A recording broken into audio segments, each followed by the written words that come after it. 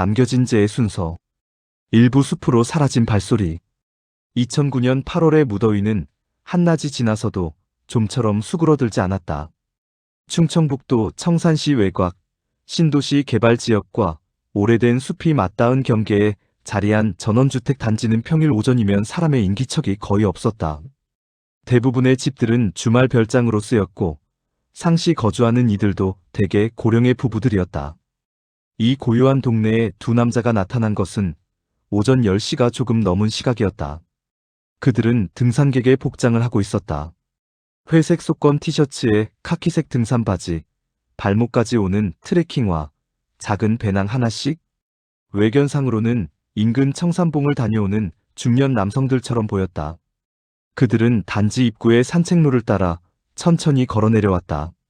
땀을 닦는 신용을 하고 물을 마시고 때로는 나무 그늘 아래에 잠시 멈춰 서서 휴대폰을 꺼내보기도 했다. 모든 동작이 자연스러웠다. 아무도 그들을 의심하지 않았다. 실제로 그 시간에 그들을 본 사람은 아무도 없었다. 단지 안쪽으로 들어설수록 집들 사이의 간격은 넓어졌고 주변은 더욱 조용해졌다. 그들은 단지 끝자락에 위치한 벽돌 외관의 2층 주택 앞에서 멈췄다. 집 주변에는 잘 가꿔진 정원이 있었고 현관 앞 주차장에는 검은색 세단 한 대가 서 있었다. 두 남자는 서로 눈짓을 주고받은 뒤 집 앞을 지나쳐 뒷골목으로 돌아갔다. 그들의 걸음은 빨라지지도 느려지지도 않았다.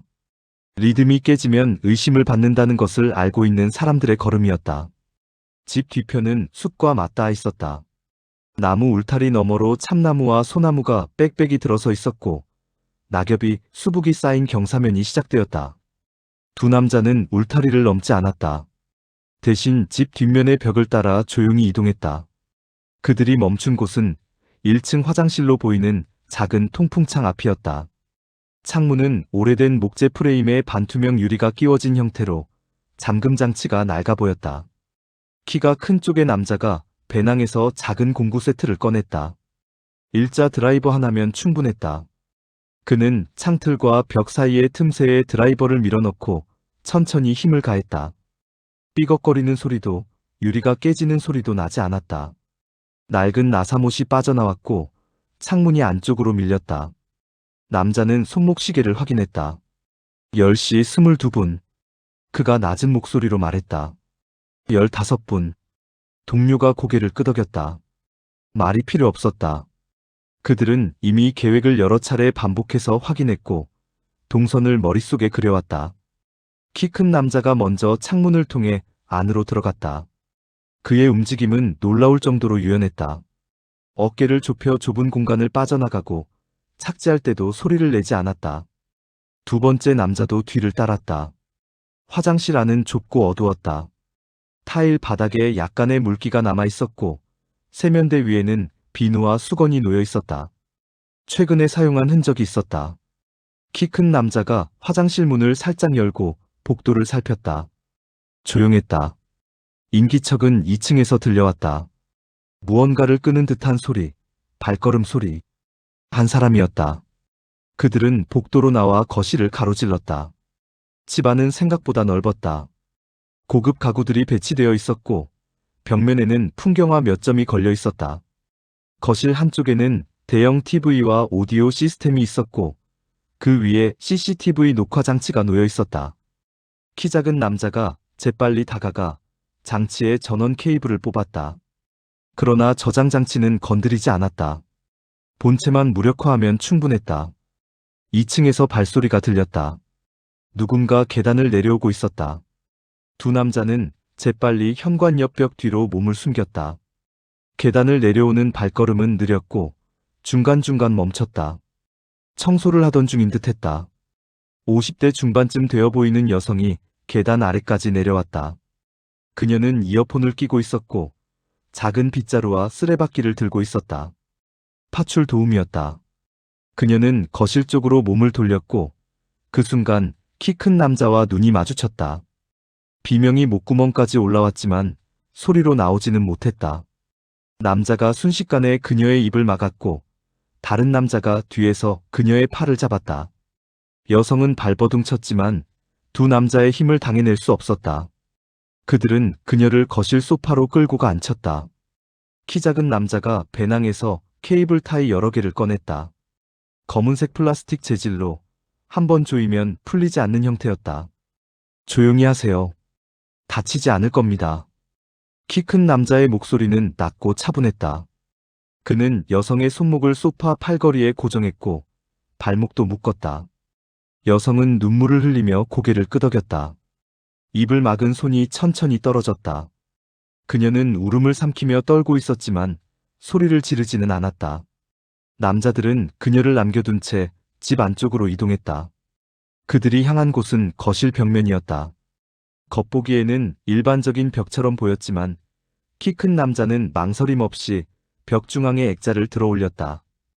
액자 뒤로 작은 금속 패널이 드러났다. 그는 배낭에서 휴대용 압착 공구를 꺼냈다. 전기가 필요 없는 수동식 도구였다. 모터 소리도 스파크도 없었다. 그는 공구의 날을 패널과 벽 사이의 틈에 밀어넣고 천천히 힘을 가했다. 금속이 삐걱거리는 소리가 작게 났지만 그것뿐이었다. 시간이 흘렀다. 키 작은 남자는 현관 쪽을 주시하며 밖의 동태를 살폈다. 아무 일도 일어나지 않았다. 단지는 여전히 조용했다. 12분이 지났을 때 금속 패널이 벽에서 분리되었다. 그 뒤로 작은 보관함이 드러났다. 안에는 두툼한 현금 봉투 여러 개, 금반지와 목걸이가 담긴 벨벳 주머니, 고급 시계 3개가 들어있었다. 키 큰 남자는 물건들을 빠르게 확인했다. 무게를 가늠하고 크기를 재고 가치를 판단했다. 그는 현금 봉투 중 절반만 챙겼다. 금장신구도 절반만, 시계는 2개만 가져갔다. 나머지는 그대로 두었다. 운반이 쉽고 추적이 어렵고 처분이 간단한 것들만 선택했다.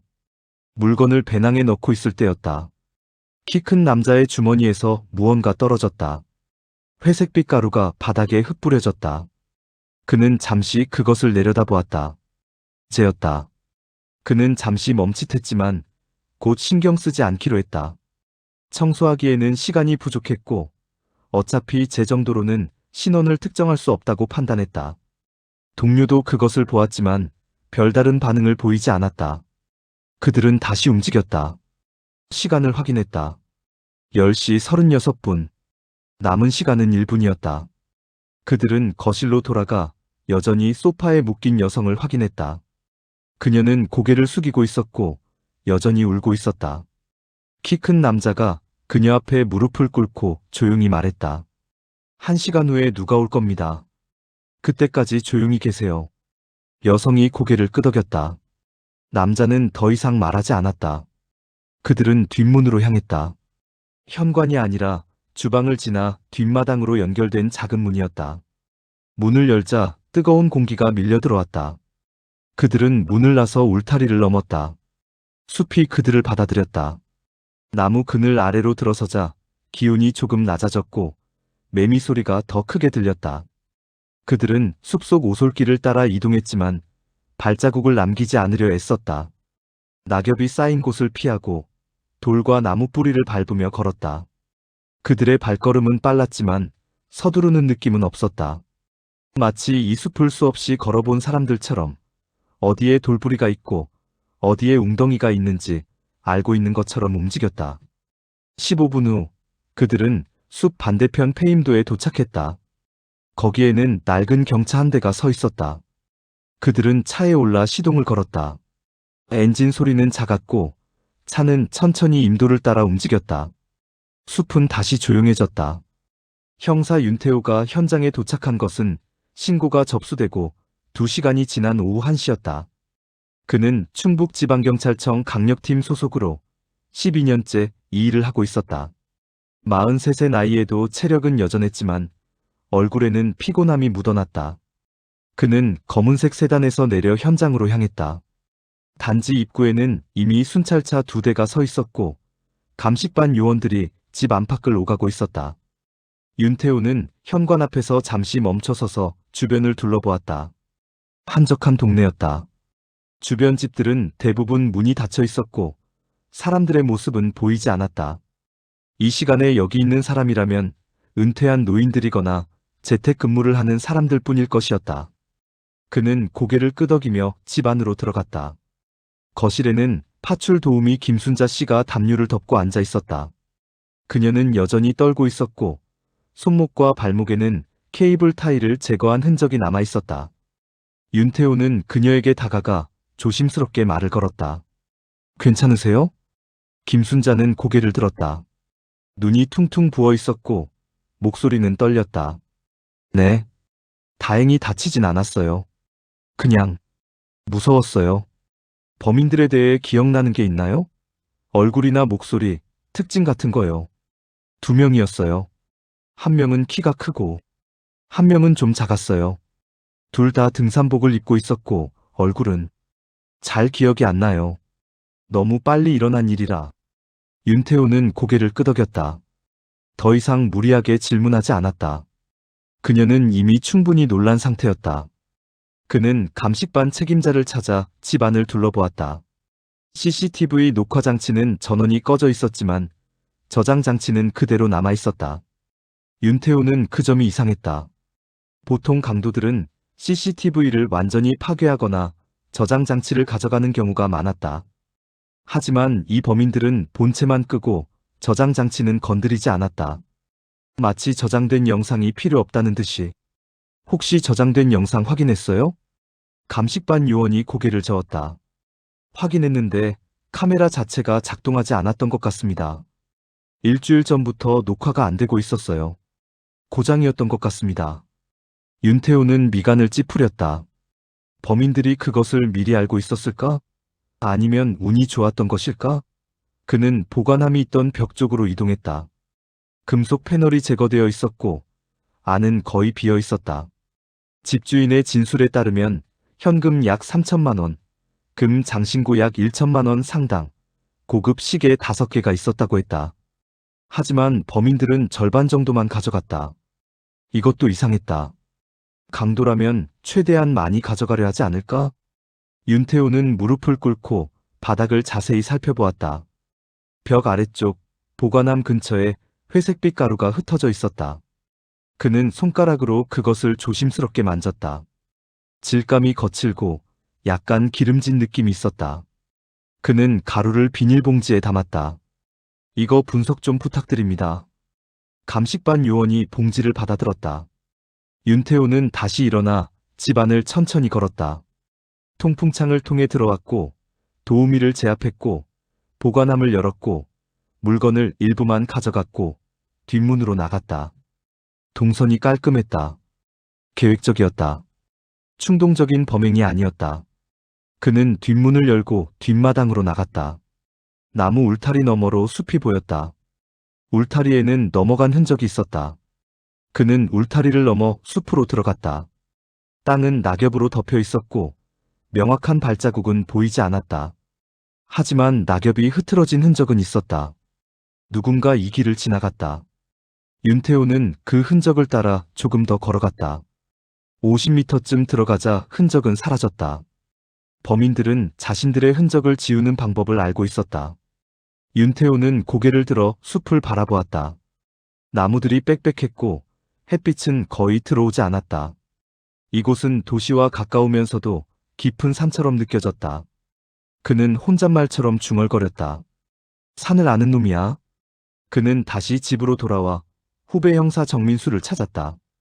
정민수는 30 초반의 젊은 형사로 3년 전부터 윤태호와 함께 일하고 있었다. 그는 노트북을 들고 거실 한쪽에 앉아 있었다. 형님, 이거 봐요. CCTV 고장난 게 정말 우연일까요? 윤태호가 다가가 화면을 들여다보았다. 정민수가 보관함 주변 사진들을 펼쳐놓고 있었다. 고장이라기보다는 누가 의도적으로 끊어놓은 것 같지 않아요? 타이밍이 너무 좋잖아요. 그럴 수도 있지. 하지만 증거가 없으면 소용없어. 윤태호는 다시 바닥의 죄를 생각했다. 그것이 유일한 단서였다. 그는 정민수에게 말했다. 이 집 주인 신상 정보 좀 뽑아봐. 그리고 주변에 비슷한 사건이 있었는지도 확인해. 알겠습니다. 윤태호는 다시 집 밖으로 나왔다. 여름 햇살이 뜨거웠고 매미 소리가 귀를 찢을 듯 울렸다. 그는 담배를 피우지 않았지만 주머니에서 라이터를 꺼내 만지작거렸다. 오래된 버릇이었다. 생각할 때마다 라이터를 만졌다. 그는 단지 입구를 바라보았다. 범인들은 어디서 왔을까? 어떻게 이 집을 골랐을까? 왜 절반만 가져갔을까? 그리고 무엇보다 그제는 무엇일까? 4달이 흘렀다. 윤태호의 책상 위에는 사건 파일이 7개 쌓여 있었다. 2009년 12월 겨울이 시작되고 있었지만 사건은 여전히 미제로 남아 있었다. 아니, 정확히는 사건이 계속 늘어나고 있었다. 첫 번째 사건 이후 비슷한 수법의 강도 사건이 충청도, 강원도, 남부 해안 지역에서 연달아 발생했다. 윤태호는 각 사건의 보고서를 펼쳐놓고 공통점을 찾아냈다. 도심에서 벗어난 고급주택. 낮 시간대. 집 안에는 노약자나 혼자 있는 사람만 있었다. 침입 경로는 대부분 뒷문이나 작은 창문. 침입 후 체류 시간은 평균 18분. 그리고 모든 현장에서 회색빛재가 발견되었다. 국립과학수사연구원의 분석 결과가 나왔다. 쟤는 특정 브랜드의 고형 연료 잔재였다. 에코파이어 ECOFIR이라는 제품으로 캠핑용으로 제작된 친환경 연료였다. 문제는 이 제품이 전국 38개 캠핑장에서만 유통된다는 점이었다. 일반 매장에서는 구할 수 없고 특정 캠핑장을 이용하는 사람들만 구매할 수 있었다. 윤태호는 그 정보를 받고 잠시 생각에 잠겼다. 범인이 캠핑을 자주 다니는 사람이라는 뜻일까? 아니면 이것도 의도적으로 남긴 흔적일까? 그는 후자의 무게를 두었다. 너무 명확했다.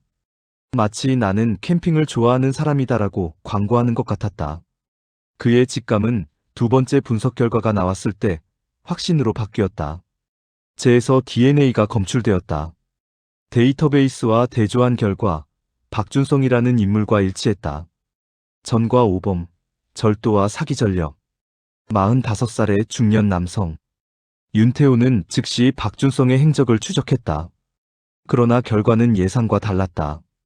박준성은 모든 사건 발생 시각에 완벽한 알리바이를 가지고 있었다.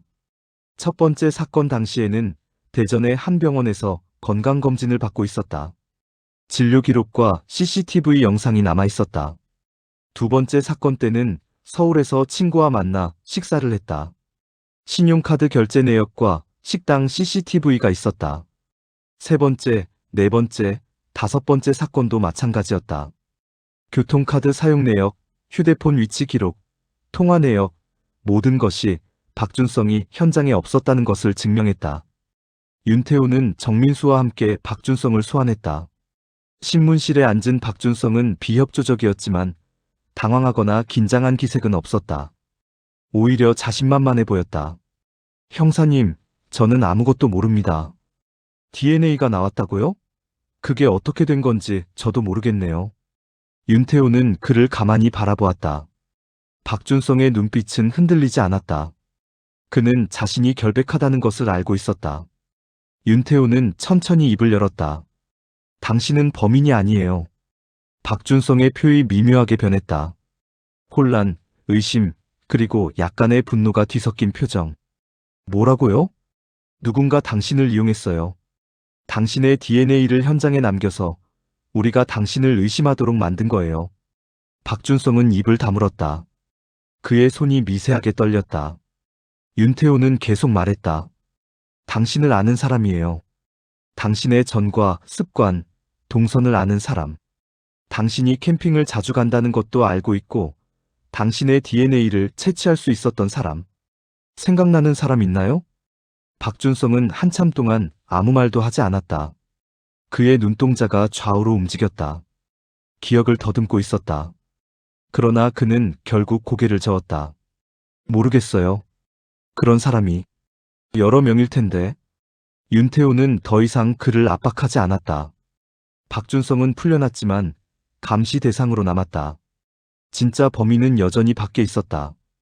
윤태호는 사무실로 돌아와 다시 파일들을 펼쳤다. 7건의 사건, 7개의 현장, 7개의 죄. 그는 각 현장의 사진들을 벽에 붙이고 지도 위에 사건 발생 지점을 표시했다. 패턴이 보였다. 모든 현장이 산이나 숲과 가까웠다. 그리고 범인들은 항상 숲을 통해 도주했다. 그는 네 번째 사건 현장을 다시 떠올렸다. 강원도 외곽의 한 주택. 그 집 뒤편 숲에서 불에 탄 포장지가 발견되었다. 처음에는 증거인멸로 생각했지만 자세히 살펴보니 달랐다. 불은 작은 모닥불 형태였고 주변에는 앉았던 흔적이 있었다. 그리고 그 옆에 가짜 장신구 하나가 버려져 있었다. 범인들이 훔친 물건 중에서 가짜라는 것을 나중에 알고 버린 것이었다. 윤태호는 그 장면을 상상했다. 범행을 마친 두 남자가 숲속에서 잠시 멈춘다. 그들은 불을 피운다. 왜? 추위 때문이다. 11월 초였고 밤이 되면 기온이 급격히 떨어졌다. 그들은 숲속에서 한두 시간 머물렀을 것이다. 경찰의 초동 수사가 끝날 때까지 기다렸을 것이다. 그리고 그 시간 동안 훔친 물건들을 확인했을 것이다. 가짜를 발견하고 버렸다. 윤태호는 지도를 다시 보았다. 집에서 숲으로, 숲에서 능선으로, 능선에서 폐임도로, 폐임도에서 외곽도로로 범인의 도주 루트를 그렸다. 그들은 산을 완벽하게 알고 있었다. 어디에 길이 있고, 어디에 은신처가 있고, 어디로 가면 안전한지 알고 있었다. 그는 컴퓨터를 켜고 지역 산악구조대 명단을 검색했다. 충청, 강원, 남부 해안 지역의 산악구조대와 관련된 인물들. 그 중에서 전과가 있는 사람들. 목록이 나왔다. 15명. 윤태호는 한 명 한 명 프로필을 확인했다. 그리고 한 이름에서 멈췄다. 이동현. 34살. 전과 11범. 절도, 강도, 작물 유통전력. 2007년부터 2008년까지 강원도 산악구조대 보조활동 경력. 그 이후 행적 불명. 윤태호는 이동현의 사진을 확대했다. 마른 체격, 짧은 머리, 날카로운 눈빛. 그는 이동현의 과거 진술 기록을 찾았다. 2006년 절도 사건 당시의 진술서. 그 안에 한 문장이 있었다. 도시는 숨을 곳이 없어요. 숲은 달라요. 윤태호는 의자에 기대어 천장을 바라보았다. 그의 머릿속에서 퍼즐 조각들이 맞춰지기 시작했다. 이동현. 산을 아는 자. 숲을 이용하는 자. 박준성을 아는 자. 그는 이동현과 박준성의 접점을 찾기 시작했다. 이틀 후 연결고리가 나왔다. 작물 유통망. 이동현과 박준성 모두 과거에 같은 작물 중개인과 거래한 적이 있었다. 이름은 최경식. 51살. 표면적으로는 중고품 매장을 운영하지만 뒤로는 작물을 처리하는 인물이었다. 윤태호는 즉시 최경식을 소환했다. 최경식은 윤태호를 보자마자 긴장한 기색을 보였다. 그의 이마에 땀이 맺혔고 손이 떨렸다. 윤태호는 그 반응을 놓치지 않았다. 그는 테이블 위에 증거 서류를 펼쳤다. 최경식 씨, 당신 계좌 입금 내역입니다. 여기 보세요. 지난 4달 동안 7번의 입금이 있었어요. 금액은 각각 달라요. 하지만 타이밍이 재미있어요. 모두 강도 사건이 발생한 직후 24시간 이내예요. 이게 우연일까요? 최경식의 얼굴이 하얗게 질렸다. 그는 입술을 떨며 말했다. 저는 몰랐어요. 이렇게 큰 사건인 줄 몰랐어요. 누가 당신한테 물건을 가져왔죠? 이동현이요. 동현이가 그냥 물건 좀 처리해달라고 해서. 윤태호는 몸을 앞으로 기울였다. 이동현 어디 있어요? 최경식은 눈물을 흘리며 대답했다. 모르겠어요. 진짜 모릅니다. 동현이는 연락하고 싶을 때만 연락해요. 제가 먼저 연락할 수가 없어요. 은신처 같은 거 있어요?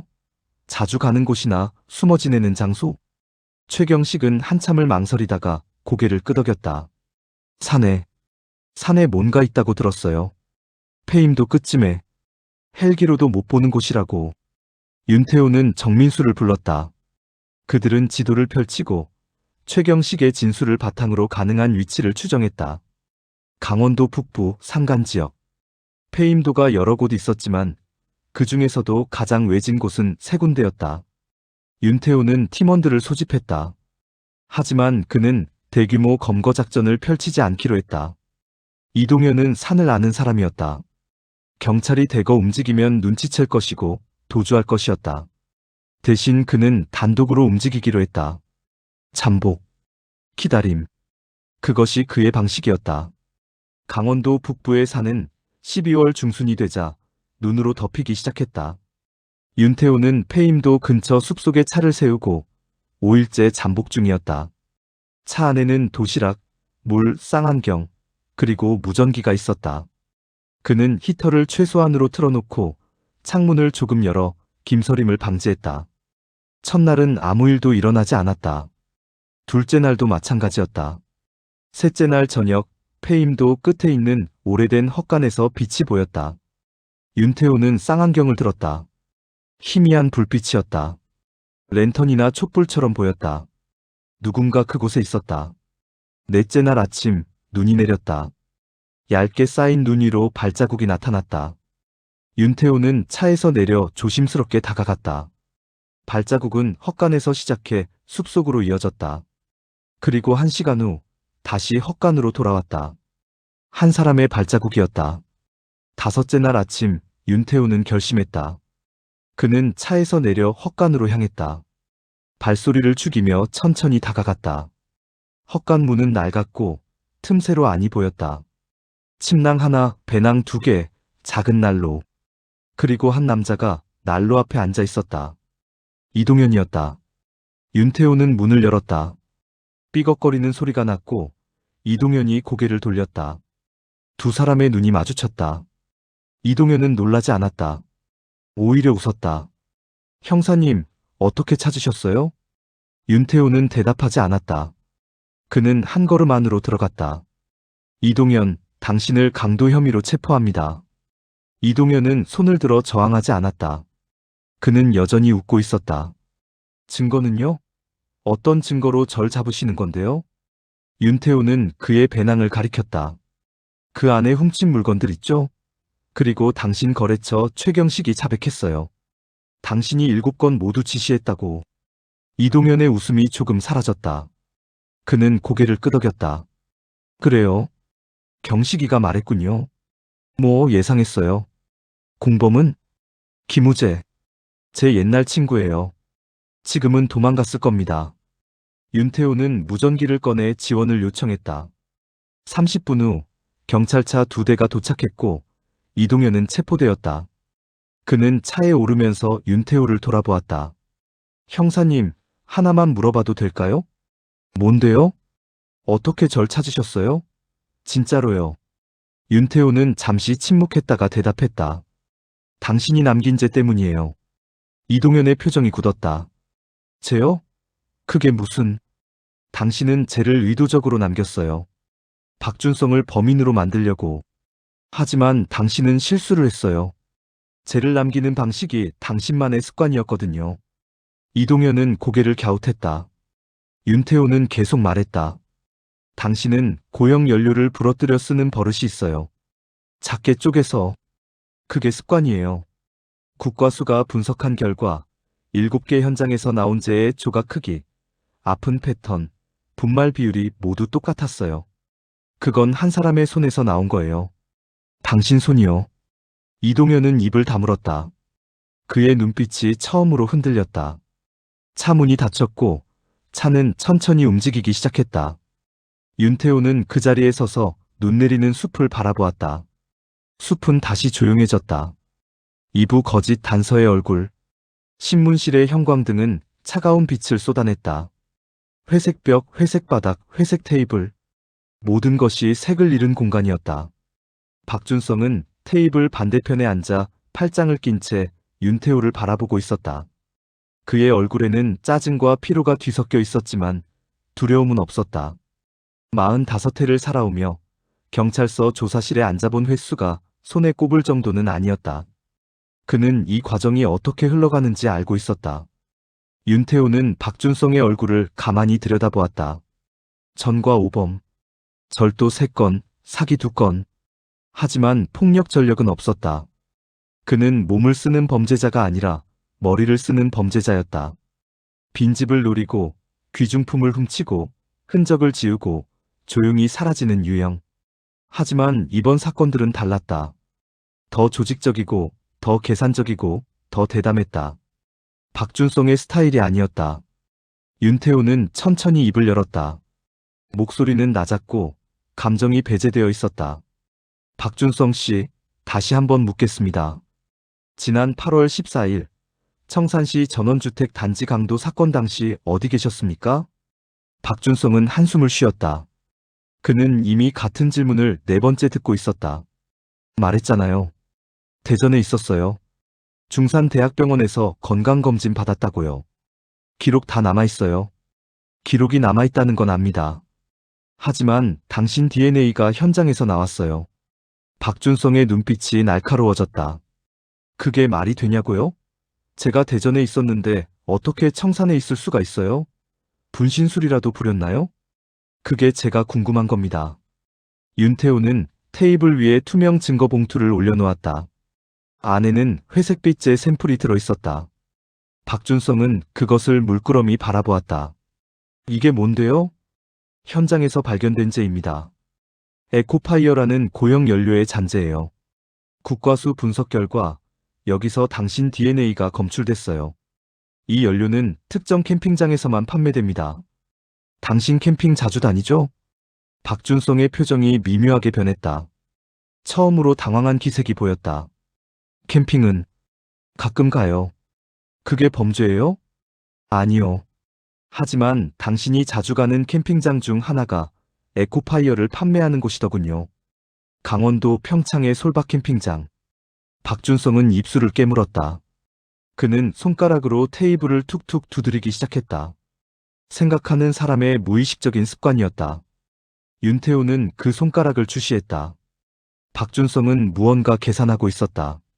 자신이 어떻게 이 상황에 놓였는지, 누가 자신을 여기에 끌어들였는지. 한참의 침묵이 흐른 뒤 윤태호가 다시 입을 열었다. 이번에는 목소리 톤이 달랐다. 조금 더 부드러웠고 조금 더 진지했다. 박준성 씨, 솔직히 말하겠습니다. 저는 당신이 범인이라고 생각하지 않아요. 박준성의 손가락이 멈췄다. 그는 천천히 고개를 들어 윤태호를 바라보았다. 눈빛에 혼란이 스쳤다. 뭐라고요? 당신은 범인이 아니에요. 알리바이가 너무 완벽해요. 7건의 사건 모두 당신은 다른 곳에 있었어요. 교통카드 기록, 신용카드 사용 내역, CCTV 영상, 병원 진료 기록. 모든 게 당신의 결백을 증명합니다. 그럼 왜 절 여기 앉혀놓은 거예요? 누군가 당신을 이용했기 때문입니다. 윤태호는 몸을 앞으로 기울였다. 그의 눈빛이 박준성의 눈을 똑바로 응시했다. 누군가 당신의 DNA를 채취해서 현장에 의도적으로 남겼어요. 우리가 당신을 의심하도록. 당신을 미끼로 던진 거예요. 박준성의 얼굴이 창백해졌다. 그는 숨을 깊게 들이마셨다. 그의 손이 떨렸고 턱이 굳어졌다. 분노가 서서히 올라오고 있었다. 누가 감히. 당신을 아는 사람이에요. 당신의 전과 습관, 동선을 아는 사람. 당신이 캠핑을 간다는 것도 알고 당신의 물건에 접근할 수 있었던 사람. 생각나는 사람 있습니까? 박준성은 한참 동안 아무 말도 하지 않았다. 그의 눈동자가 빠르게 움직였다. 기억의 조각들을 뒤지고 있었다. 그와 함께 캠핑을 갔던 사람들. 그의 물건을 만질 수 있었던 사람들. 그의 과거를 아는 사람들. 여러 명 있을 거예요. 목소리가 갈라졌다. 분노와 두려움이 뒤섞인 음성이었다. 작물 거래하던 놈들, 같이 일했던 놈들, 교도소에서 만났던 놈들. 그중 누가 날 이렇게 만들었는지 어떻게 알아요? 윤태호는 고개를 끄덕였다. 박준성의 반응이 진심이라는 것을 확신했다. 그는 정말로 자신이 왜 이 상황에 처했는지 몰랐다. 명단 작성해 주십시오. 당신과 연관된 모든 사람. 특히 최근 2년 이내에 접촉한 사람들. 박준성은 떨리는 손으로 종이와 펜을 받았다. 그는 천천히 이름들을 적어 내려갔다. 15개의 이름이 나왔다. 그 중 하나가 최경식이었고 또 하나가 이동현이었다. 이틀 후 윤태호는 사무실 책상 앞에 앉아 박준성이 작성한 명단을 들여다보고 있었다. 15개의 이름. 그는 각 이름 옆에 간략한 정보를 메모했다. 전과 기록, 최근 활동, 박준성과의 관계. 그 중에서도 그의 시선이 멈춘 이름은 이동현이었다. 이동현, 34살, 전과 11범. 박준성보다 훨씬 더 많은 범죄 경력을 가지고 있었다. 절도, 강도, 작물 유통, 심지어 폭행까지. 하지만 그가 진짜 특별한 이유는 그의 또 다른 경력 때문이었다. 2007년부터 2008년까지 강원도 산악구조대 보조원으로 활동했다. 그 기간 동안 그는 산악 지형을 완벽히 익혔고 조난자 수색 훈련을 받았으며 야생에서 생존하는 법을 배웠다. 윤태호는 이동현의 과거 진술서를 다시 꺼내 읽었다. 2006년 절도 사건 당시 작성된 문서였다. 그 안에는 이동현의 심리평가 내용도 포함되어 있었다. 담당 심리상담사의 소견이 적혀 있었다. 피의자는 도시 환경에 대한 강한 거부감을 보임. CCTV와 인파에 대한 공포증 수준의 불안. 반면 자연 환경에서는 안정감을 느낀다고 진술. 산과 숲을 안전한 공간으로 인식하는 경향. 윤태호는 형광펜으로 그 부분에 밑줄을 그었다. 이동현에게 숲은 단순한 도주 경로가 아니었다. 그것은 피난처였고 그가 통제할 수 있는 유일한 공간이었다. 도시에서는 카메라가 그를 지켜봤지만 숲에서는 아무도 그를 찾을 수 없었다. 정민수가 커피 2잔을 들고 들어왔다. 그는 윤태호의 책상에 커피를 내려놓으며 물었다. 형님, 이동현 찾았어요? 아직. 주소지는 부산인데 실제로는 거기 없어. 이미 확인했어. 그럼 어디 있을까요? 윤태호는 벽에 붙인 지도를 가리켰다. 7개의 빨간 핀이 꽂혀 있었다. 각각의 사건 발생 지점이었다. 여기 어딘가에 있을 거야? 사건들이 발생한 지역 근처. 아마 산속. 정민수는 지도를 자세히 들여다보았다. 빨간 핀들은 넓은 지역에 흩어져 있었지만 공통점이 있었다. 모두 산이나 숲과 가까웠다. 근데 형님, 이동현이 혼자 이 모든 걸 한 건 아니잖아요. 목격자 진술에 따르면 범인은 2명이었어요. 공범이 있어. 누군지는 아직 모르지만. 윤태호는 4번째 사건 현장 사진을 꺼냈다. 강원도 외곽의 주택. 그 집 뒤편 숲에서 발견된 불 흔적 사진이었다. 작은 모닥불이 있던 자리였고 주변에는 2사람이 앉았던 것으로 보이는 흔적이 남아있었다. 바닥에는 담배꽁초 2개가 있었고 그 옆에 가짜 금목걸이 하나가 버려져 있었다. 이 현장을 다시 봐. 범행은 낮에 일어났어. 오후 2시쯤. 그런데 이 불은 밤에 피운 거야. 주변 낙엽 상태로 봐서 적어도 6시간은 지난 후에 피운 것 같아. 정민수가 고개를 갸웃했다. 왜 여기서 기다린 거죠? 그냥 도망가면 되잖아요. 경찰 초동 수사가 끝날 때까지 기다린 거야. 도로 검문이 풀릴 때까지. 그리고 그 시간 동안 훔친 물건들을 확인했어. 가짜를 발견하고 버렸고. 윤태호는 사진을 확대했다. 불 흔적 주변의 땅이 평평하게 다져져 있었다. 누군가 오랜 시간 그곳에 앉아 있었다는 증거였다. 이들은 숲에서 살 줄 알아. 추위를 견디는 법도 알고, 숨는 법도 알고, 기다리는 법도 알아. 이건 즉흥적인 범죄자가 할 수 있는 게 아니야. 정민수는 고개를 끄덕였다. 그는 다른 사진 한 장을 꺼냈다. 2번째 사건 현장의 뒷문 사진이었다. 형님, 그런데 이상한 게 있어요. 2번째 사건 현장 뒷문이요. 여기 보면 문고리에 작은 긁힌 자국이 있어요. 다른 현장에도 비슷한 흔적이 있었고요. 윤태호는 사진을 받아 자세히 들여다보았다. 정민수의 말이 맞았다. 문고리에 미세한 긁힌 자국이 있었다. 마치 같은 도구로 반복해서 문을 열었을 때 생기는 흔적 같았다. 좋은 관찰이야. 이것도 습관이야. 같은 도구, 같은 방식, 같은 힘으로 문을 여는 습관. 윤태호는 노트에 메모를 추가했다. 습관. 그것이 핵심이었다. 범죄자들은 흔적을 지우려 애쓰지만 습관만큼은 지울 수 없었다. 습관은 무의식에서 나왔고 무의식은 통제할 수 없었다. 일주일 후 윤태호는 최경식을 찾아냈다. 부산 북구의 한 골목에 위치한 중고품 매장. 겉보기에는 평범한 가게였지만 뒤로는 작물을 처리하는 곳이었다. 윤태호는 정민수와 함께 가게 앞에 도착했다. 가게 간판에는 경식 중고라고 적혀 있었고 쇼윈도에는 오래된 가전제품과 가구들이 진열되어 있었다. 가게 안으로 들어가자 종소리가 울렸다. 카운터 뒤에 앉아있던 최경식이 고개를 들었다. 그는 51살쯤 되어 보이는 중년 남성으로 머리가 반쯤 벗겨져 있었고 안경을 쓰고 있었다. 윤태호를 보자마자 그의 표정이 굳어졌다. 형사를 알아본 것이다. 무슨 일이십니까? 목소리가 떨렸다. 윤태호는 신분증을 꺼내 보였다. 충북지방경찰청 강력팀 윤태호입니다. 잠깐 이야기 좀 나눌까요? 최경식은 안경을 고쳤으며 자리에서 일어났다. 그의 손이 미세하게 떨리고 있었다. 여기서 할까요? 아니면 경찰서로 갈까요? 여기서 하죠. 무슨 일인지. 윤태호는 카운터에 서류 봉투 하나를 올려놓았다. 봉투에서 서류 몇 장을 꺼내 펼쳤다. 최경식의 은행 계좌 거래 내역서였다. 최경식 씨, 당신 계좌 입금 내역입니다. 지난 4달 동안 7번의 입금이 있었어요. 금액은 각각 달라요. 150만원, 200만원, 180만원, 220만원. 그런데 재미있는 건 이 입금들의 타이밍이에요. 윤태호는 다른 서류를 꺼냈다. 사건 발생 일지였다. 그는 두 서류를 나란히 놓았다. 여기 보세요. 8월 14일 청산 사건 발생. 8월 15일 당신 계좌에 150만원 입금. 9월 3일 대전 사건 발생. 9월 4일 200만원 입금. 패턴이 보이시죠? 모든 사건 발생 후 24시간 이내에 입금이 있었어요. 이게 우연일까요? 최경식의 얼굴이 하얗게 질렸다. 그는 입술을 떨며 뒤로 물러섰다.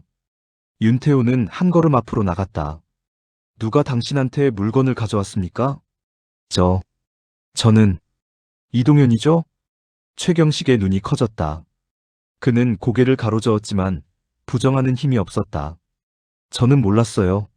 진짜 몰랐어요. 이렇게 큰 사건인 줄. 뭘 몰랐어요? 동현이가 그냥 물건 좀 처리해달라고 했어요. 전처럼요. 예전에도 몇 번 해준 적 있거든요. 작은 것들이요. 시계나 장신구 같은 거. 최경식의 목소리가 떨렸다. 윤태호는 그가 무너지고 있다는 것을 알았다. 조금만 더 압박하면 자백할 것이었다. 언제부터 이동현과 거래했습니까? 한 3년 전부터요. 동현이가 교도소에서 나온 다음에. 이동현 어디 있어요? 최경식은 입을 다물었다. 그의 이마에 땀방울이 맺혔다. 윤태호는 테이블에 손을 짚고 몸을 숙였다. 그의 얼굴이 최경식의 얼굴과 가까워졌다. 최경식 씨, 지금 당신은 작물 취득 및 유통 혐의로 체포될 수 있어요. 7건의 강도 사건과 연관되어 있으니 공범으로 기소될 수도 있고요. 징역 최소 7년은 각오해야 합니다. 하지만 협조하면 달라질 수 있어요. 최경식의 눈에 눈물이 고였다. 그는 떨리는 목소리로 말했다. 저도 어디 있는지 정확히는 몰라요. 동현이는 연락하고 싶을 때만 연락해요. 제가 먼저 연락할 수가 없어요. 휴대폰 번호도 자주 바꾸고. 은신처 같은 거 없어요? 자주 가는 곳이나 숨어 지내는 장소? 최경식은 한참을 망설였다. 그의 손이 떨렸고 입술이 바짝 말라 있었다. 윤태호는 기다렸다. 압박하지 않았다. 때로는 침묵이 더 강력한 압박이 되기도 했다. 산에 뭔가 있다고 들었어요. 최경식의 목소리가 거의 속삭임에 가까웠다. 어느 산이요? 강원도 북쪽 어딘가요? 폐임도 끝쯤이라고 했어요. 헬기로도 못 보는 곳이라고. 더 구체적으로 말해주세요. 모르겠어요. 진짜로요. 동현이가 자세히 말해준 적이 없어요. 그냥 산속 깊은 곳에 오래된 헛간이 있다고만. 윤태호는 고개를 끄덕였다. 충분했다. 그는 최경식에게서 한 걸음 물러섰다. 최경식 씨, 당신은 지금부터 보호 조치를 받게 됩니다. 이동현이 당신을 찾아올 가능성이 있으니까요. 그리고 당신이 협조한 내용은 재판에서 참작될 겁니다. 최경식은 고개를 떨구었다. 그는 더 이상 말하지 않았다. 윤태호와 정민수는 가게를 나섰다. 밖으로 나오자 차가운 겨울바람이 불었다. 12월 중순, 부산도 추웠다. 정민수가 물었다. 형님, 진짜로 산속에 있을까요? 있을 거야. 이동현한테 숲은 집이야. 도시보다 훨씬 안전한 곳이지. 어떻게 찾을 건데요? 강원도 산이 얼마나 넓은데? 윤태호는 하늘을 올려다보았다. 구름이 낮게 깔려 있었고 곧 눈이 내릴 것 같았다. 찾을 거야. 반드시. 윤태호는 청산경찰서로 돌아와 지도를 펼쳤다. 강원도 북부 지역의 상세 지형도였다. 그는 최경식의 진술을 바탕으로 가능한 위치들을 표시하기 시작했다. 폐임도, 헬기로도 보이지 않는 곳, 오래된 헛간. 정민수가 옆에서 노트북을 열고 강원도 지역 임도 정보를 검색했다. 공식적으로 폐쇄된 임도가 17개 나왔다. 그 중에서 사람의 접근이 극히 제한된 곳은 5군데였다. 형님, 여기 5곳이에요. 평창 2곳, 인제 2곳, 양구 1곳. 윤태호는 지도에 5곳을 표시했다. 그리고 사건 발생 지점들과의 거리를 계산했다. 이동현은 은신처에서 사건 현장으로 이동했을 것이었다. 너무 멀면 효율적이지 않고 너무 가까우면 위험했다. 적당한 거리는 50km에서 100km 사이였다. 계산 결과 2곳이 남았다. 인제의 한 폐임도와 양구의 한 폐임도. 내일 출발한다. 인제부터 확인하자. 정민수는 고개를 끄덕였다. 그러나 걱정스러운 표정을 감추지 못했다. 형님, 팀원들 더 데려가는 게 좋지 않을까요? 이동현은 위험한 사람이잖아요. 아니야. 사람이 많으면 눈치챌 거야. 이동현은 산을 아는 사람이야. 경찰차 2세대가 임도로 들어가면 바로 알아챌 거고 도망갈 거야. 그럼 형님 혼자 가시려고요? 너도 같이 가. 하지만 조심해야 해. 이동현을 잡는 게 목적이 아니라 찾는 게 목적이야. 찾으면 지원 요청하고 그때 팀원들이 움직인다. 윤태호의 목소리는 단호했다. 정민수는 더 이상 반대하지 않았다. 다음 날 새벽 윤태호와 정민수는 인제로 향했다. 차 안은 조용했다. 윤태호는 운전하며 생각에 잠겨 있었고 정민수는 조수석에서 지도를 보고 있었다. 서울에서 인제까지는 2시간 반 정도 걸렸다. 그들이 도착한 곳은 인제군 북면의 한산간 마을이었다. 마을 입구에는 낡은 안내판이 서 있었고 그 옆으로 좁은 비포장 임도가 이어져 있었다. 여기부터는 걸어가야 해. 윤태호는 차를 마을 입구에 세우고 내렸다. 그는 배낭에 쌍안경, 무전기, 물, 간단한 식량을 챙겼다. 정민수도 같은 준비를 했다. 2사람은 임도를 따라 걷기 시작했다. 임도는 생각보다 험했다. 낙엽과 눈이 뒤섞여 미끄러웠고 곳곳에 나무 뿌리가 드러나 있었다. 그들은 천천히 그러나 꾸준히 걸었다. 1시간쯤 지났을 때 임도가 끝나고 숲이 시작되었다. 그곳에는 무너진 건물 하나가 있었다. 오래된 산림관리소로 보였다. 하지만 사람이 사는 흔적은 없었다. 여기는 아닌 것 같은데요. 정민수가 건물 안을 살펴보며 말했다. 윤태호도 동의했다. 이곳은 너무 노출되어 있었고 은신처로 적합하지 않았다. 양구로 가자. 그들은 다시 차로 돌아와 양구로 향했다. 양구까지는 1시간 정도 더 걸렸다. 오후 2시쯤 그들은 양구군 해안면의 한 폐임도 입구에 도착했다. 이곳은 인제보다 더 외졌다. 주변에 집도 없었고 사람의 흔적도 거의 보이지 않았다. 윤태호는 차에서 내려 주변을 살폈다. 눈이 얇게 쌓여 있었고 바람이 차가웠다. 그는 임도 입구의 땅을 유심히 들여다보았다. 눈 위에 희미하게 타이어 자국이 남아 있었다. 최근에 차가 지나간 흔적이었다. 민수야, 여기 봐. 정민수가 다가와 타이어 자국을 확인했다. 누가 다녀간 것 같은데요? 그래. 며칠 전에. 윤태호는 타이어 자국을 따라 조금 더 안쪽으로 걸어갔다. 자국은 50m쯤 이어지다가 사라졌다. 누군가 의도적으로 흔적을 지운 것 같았다. 윤태호는 직감했다. 여기였다. 차는 여기 두고 우리는 걸어가자. 소리 죽이고 2사람은 다시 임도를 따라 걷기 시작했다. 이번에는 더 조심스러웠다. 발소리를 최소화하고 나뭇가지를 밟지 않으려 애썼다. 윤태호는 앞장섰고 정민수는 뒤를 따랐다. 1시간쯤 지났을 때 숲 사이로 작은 건물이 보였다. 낡은 목조 헛간이었다. 지붕 일부가 무너져 있었고 벽은 이끼로 뒤덮여 있었다. 하지만 문은 닫혀 있었고 굴뚝에서 희미한 연기가 올라오고 있었다. 누군가 안에 있었다. 윤태호는 손을 들어 정민수를 멈춰 세웠다. 그는 배낭에서 쌍안경을 꺼내 헛간을 관찰했다. 창문은 없었고 문 하나만 있었다. 주변에는 발자국이 여러 개 있었다. 한 사람의 것처럼 보였다. 공범은 없는 것 같아. 윤태호는 속삭였다. 정민수가 고개를 끄덕였다. 어떻게 할 거예요? 일단 지켜보자. 누가 나오는지 확인하고. 두 사람은 헛간에서 50m쯤 떨어진 나무 뒤에 몸을 숨겼다. 추웠다. 기온이 영하로 떨어지고 있었다. 하지만 윤태호는 움직이지 않았다. 그는 이런 기다림에 익숙했다.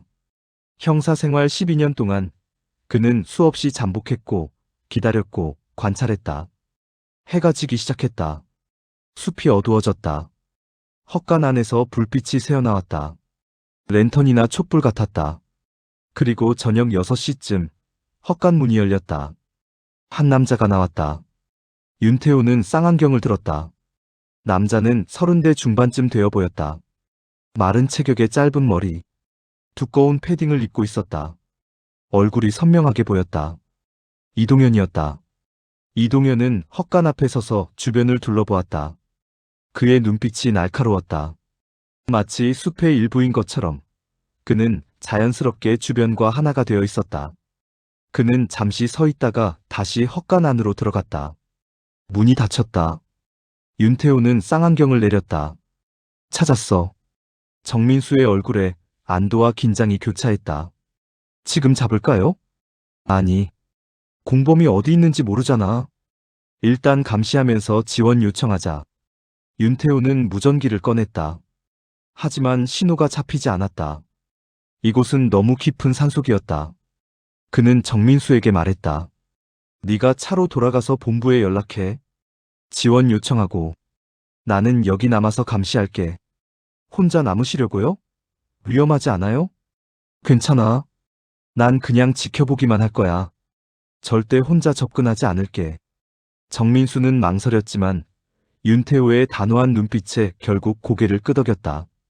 그는 조용히 자리를 떠나 임도를 따라 내려갔다. 윤태호는 혼자 남았다.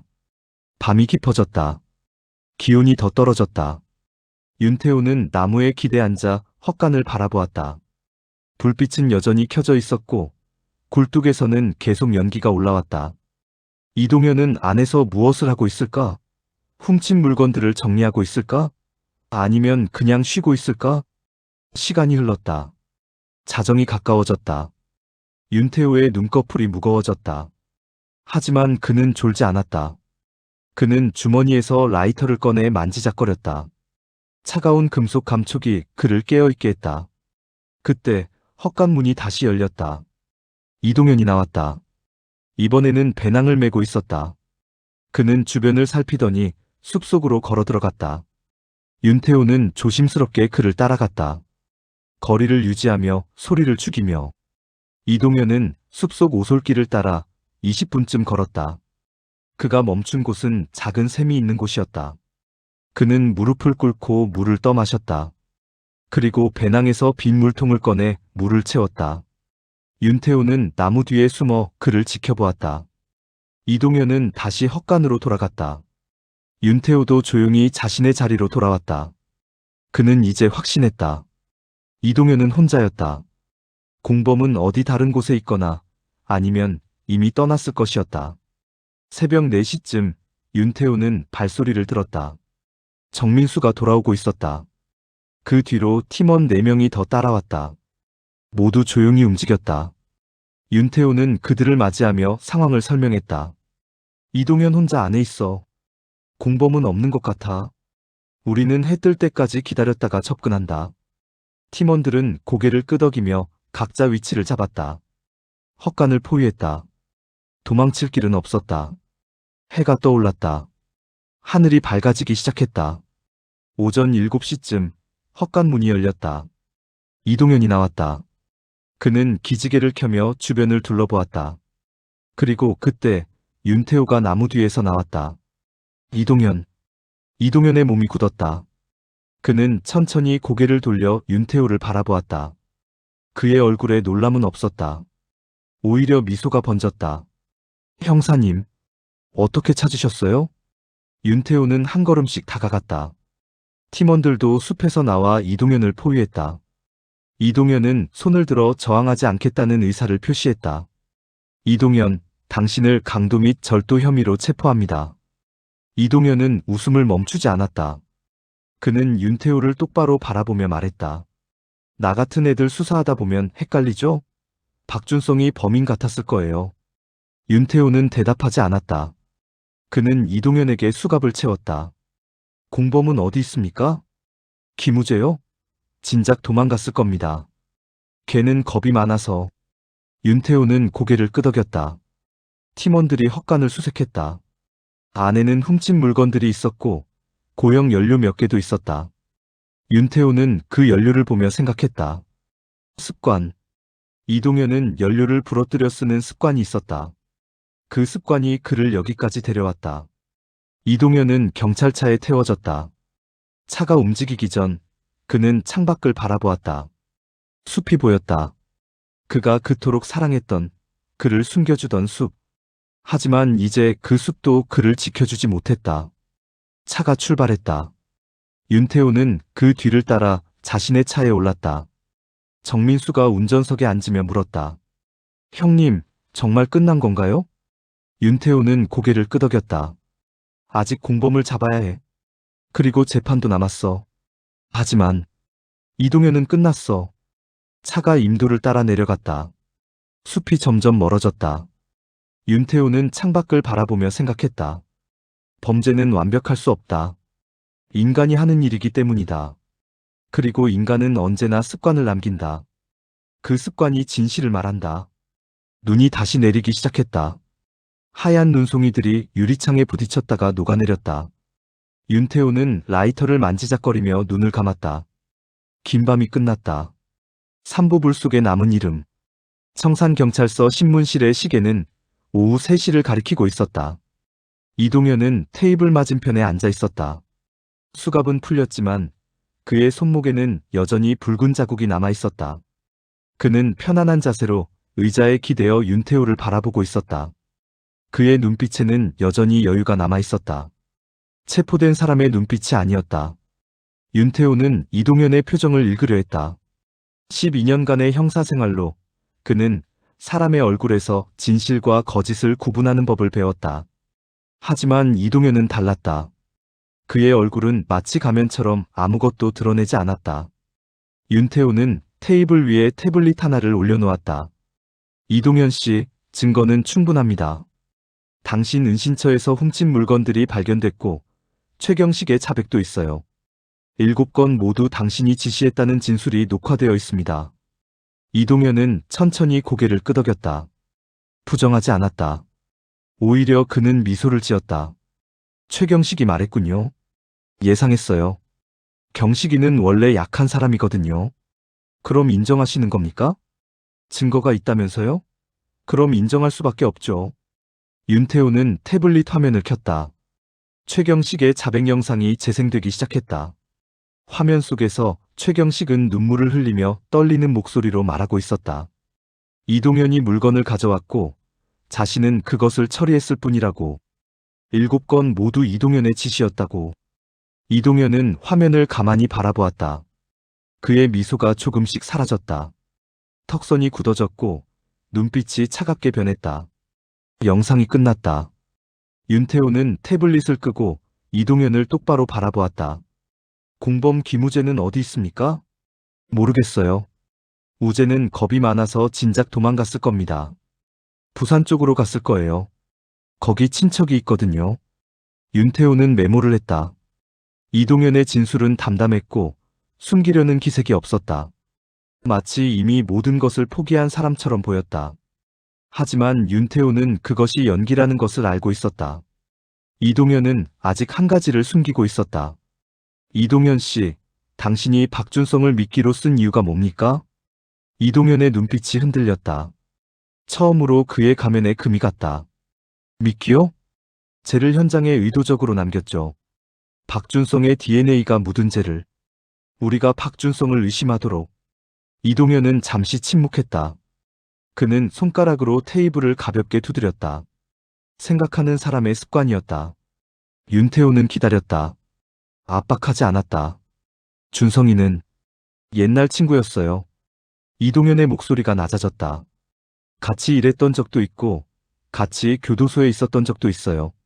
하지만 나중에 배신했어요. 제가 작물 처리하려고 했던 물건을 경찰한테 신고한 거예요. 덕분에 저는 2년 더 갇혀 있었어요. 윤태호는 고개를 끄덕였다. 복수였다. 이동현은 박준성을 범인으로 만들어 복수하려 했던 것이었다. 그래서 그의 DNA를 채취해서 재에 묻혀 현장에 뿌렸군요. 네. 준성이가 캠핑 갈 때 쓰던 물건들을 훔쳤어요. 수건이랑 칫솔 같은 거요. 거기서 DNA를 채취했어요. 인터넷에서 찾아보니 생각보다 어렵지 않더라고요. 윤태호는 이동현의 계획이 치밀했다는 것을 인정할 수밖에 없었다. 하지만 그는 한 가지를 놓쳤다. 습관. 그런데 실수를 했어요. 윤태호의 목소리가 조금 더 무거워졌다. 젤을 남기는 방식이 당신만의 습관이었어요. 이동현의 얼굴이 굳었다. 그는 윤태호를 물끄러미 바라보았다. 습관이요? 윤태호는 서류 봉투에서 사진 여러 장을 꺼냈다. 국립과학수사연구원에서 분석한 재 샘플 사진들이었다. 각 사진마다 재의 조각 크기, 아픈 패턴, 분말 비율이 상세히 표시되어 있었다. 당신은 고형 연료를 부러뜨려 쓰는 버릇이 있어요. 작게 쪼개서요. 아마 어렸을 때부터 그렇게 해왔을 거예요. 불을 피울 때 큰 덩어리보다 작은 조각이 더 잘 탄다는 걸 알았으니까요. 이동현은 사진들을 내려다보았다. 그의 손이 미세하게 떨렸다. 국과수가 7개 현장에서 나온 재를 모두 분석했어요. 조각의 크기가 거의 똑같았어요. 평균 2cm에서 3cm. 그리고 부러뜨릴 때 생기는 아픈 패턴도 동일했어요. 왼손 엄지와 검지로 누르면서 오른손으로 비트는 방식.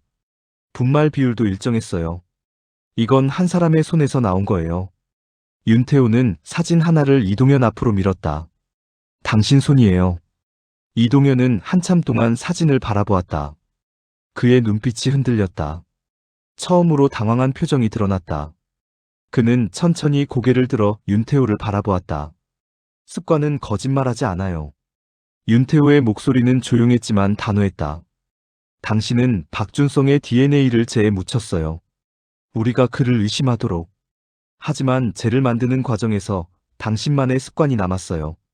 그 습관이 당신을 여기까지 데려왔어요. 이동현은 입을 다물었다. 더 이상 변명하지 않았다. 그는 의자 등받이에 몸을 기대고 천장을 올려다보았다. 긴 침묵이 흘렀다. 신문실 안은 형광등 소리만 희미하게 울렸다. 인정합니다. 이동현의 목소리가 작게 들렸다. 7건 모두 제가 했어요. 우재랑 같이요. 박준성을 범인으로 만들려고 한 것도 맞아요. 윤태호는 고개를 끄덕였다. 차백을 받았다. 하지만 그는 아직 궁금한 것이 있었다. 왜 그렇게까지 했습니까? 돈이 필요했다면 다른 방법도 있었을 텐데. 이동현은 윤태호를 바라보았다. 그의 눈빛에는 이제 여유가 없었다. 대신 피로와 체념이 가득했다. 형사님은 아실 거예요. 세상이 우리 같은 놈들한테 얼마나 좁은지. 그의 목소리에는 씁쓸함이 배어 있었다. 도시엔 카메라가 너무 많아요. 어딜 가도 감시당하는 느낌이에요. 숨을 곳이 없어요. 근데 숲은 달랐어요. 숲은 날 감춰줬어요. 거기서는 자유로웠어요. 누구도 날 찾지 못했어요. 윤태호는 이동현의 말을 듣고 있었다. 그는 이해할 수 있었다. 이동현에게 숲은 단순한 도주 경로가 아니었다. 그것은 유일하게 그가 통제할 수 있는 공간이었다. 세상이 그를 감시하지 못하는 유일한 장소였다. 하지만 숲이 당신을 감춘 게 아니에요. 윤태호가 조용히 말했다. 당신이 숲에 숨은 거예요. 차이를 알겠어요? 이동현은 고개를 갸웃했다. 숲은 당신 편이 아니었어요. 숲은 그냥 숲이었을 뿐이에요. 당신이 거기 있었을 뿐이고요. 이동현은 아무 말도 하지 않았다. 그는 다시 천장을 올려다보았다. 윤태호는 자리에서 일어났다. 이제 검찰로 넘어갈 겁니다. 변호사 선임할 권리가 있어요. 이동현은 고개를 끄덕였다. 윤태호가 문을 열려는 순간 이동현이 뒤에서 말했다. 형사님. 윤태호가 돌아보았다. 하나만 물어봐도 될까요? 뭔데요? 제가 만약 그 습관만 없었다면 잡히지 않았을까요? 윤태호는 잠시 생각했다. 그리고 고개를 저었다. 아니요. 다른 방법으로든 잡혔을 겁니다. 완벽한 범죄는 없어요. 인간이 하는 일이니까요. 이동현은 쓸쓸하게 웃었다. 윤태호는 더 이상 말하지 않고 신문실을 나섰다. 문이 닫히는 소리가 복도에 울렸다. 2010년 2월 청산지방법원 제3법정 재판장의 목소리가 법정 안에 울렸다. 피고인 이동현 특수강도 및 절도 혐의로 징역 12년을 선고합니다. 방청석은 조용했다. 이동현은 피고인석에 앉아 판사를 바라보고 있었다. 그의 표정은 무덤덤했다. 이미 예상했던 결과였다. 피고인 김우재 동일 혐의로 징역 9년을 선고합니다. 김우재는 고개를 떨구었다. 그는 부산에서 체포되었고 이동현과 함께 재판을 받았다. 그는 처음부터 끝까지 이동현의 지시를 따랐을 뿐이라고 주장했지만 재판부는 받아들이지 않았다. 작물중개인 최경식, 작물 취득 및 유통 혐의로 징역 7년을 선고합니다. 단, 피고인이 수사에 적극 협조한 점을 참작하여 집행유예 2년을 부과합니다. 최경식은 안도의 한숨을 쉬었다. 그는 재판 내내 눈물을 흘렸고 반성문을 제출했으며 피해자들에게 사과 편지를 보냈다. 재판부는 그의 협조를 인정했다. 판사가 망치를 두드렸다. 재판이 끝났다. 이동현은 교도관의 손에 이끌려 법정을 나섰다. 그가 복도를 지나갈 때 윤태호와 눈이 마주쳤다. 이동현은 잠시 멈춰서서 윤태호를 바라보았다. 그리고 작게 고개를 숙였다. 인사였다. 윤태호도 고개를 끄덕였다. 더 이상 할 말은 없었다. 윤태호는 사무실로 돌아와 책상 앞에 앉았다. 사건 파일을 정리하며 마지막 보고서를 작성했다. 7건의 강도 사건. 모두 해결되었다. 피해자들은 물건의 일부를 돌려받았고 범인들은 처벌받았다. 사건은 종결되었다. 하지만 윤태호는 여전히 생각하고 있었다. 이동현의 마지막 질문. 만약 그 습관만 없었다면 잡히지 않았을까요? 윤태호는 대답했다. 아니라고. 다른 방법으로든 잡혔을 것이라고. 하지만 그것이 진실일까? 윤태호는 창밖을 바라보았다. 2월의 하늘은 여전히 회색빛이었고 눈이 간간히 내리고 있었다. 그는 라이터를 꺼내 만지작거렸다. 차가운 금속 감촉이 손끝에 전해졌다. 범죄는 흔적을 남기지 않으려 한다. 범죄자들은 완벽을 추구한다. 하지만 인간은 반드시 습관을 남긴다. 그 습관이 증거가 되고 진실이 된다. 이동현의 습관은 고형 연료를 부러뜨리는 방식이었다. 그 작은 습관이 그의 범죄를 증명했고 그를 법정에 세웠다. 윤태호는 보고서를 닫았다. 사건은 끝났다. 이제 다른 사건들이 기다리고 있었다. 그는 자리에서 일어나 코트를 걸쳤다. 정민수가 문을 열고 들어왔다. 형님, 새 사건이 들어왔어요. 서산 쪽에서요. 윤태호는 고개를 끄덕였다. 가자. 두 사람은 사무실을 나섰다. 복도를 걸으며 윤태호는 생각했다. 범죄는 끝나지 않는다. 사건은 계속 일어난다. 하지만 그때마다 누군가는 진실을 찾아야 한다. 습관을 읽어야 한다. 흔적을 따라가야 한다. 그것이 형사의 일이었다. 2009년 여름, 청산시 전원주택단지는 다시 조용해졌다. 사건이 있던 집은 팔렸고 새로운 가족이 이사를 왔다. 숲은 여전히 거기 있었다. 나무들은 계절에 따라 잎을 떨구고 다시 피웠다. 매미는 여름마다 울었고 새들은 아침마다 노래했다. 그 여름의 발소리는 다시는 돌아오지 않았다. 숲은 기억하지 않는다. 숲은 그저 존재할 뿐이다. 하지만 사람들은 기억한다. 윤태호는 기억한다. 이동현도 교도소 안에서 기억한다. 그 여름, 그들이 만났던 순간을, 추격자와 범인이 마주쳤던 순간을. 습관은 거짓말하지 않는다. 진실은 언제나 습관 속에 숨어 있다. 그리고 그 진실을 찾는 사람이 있는 한 완벽한 범죄는 존재하지 않는다.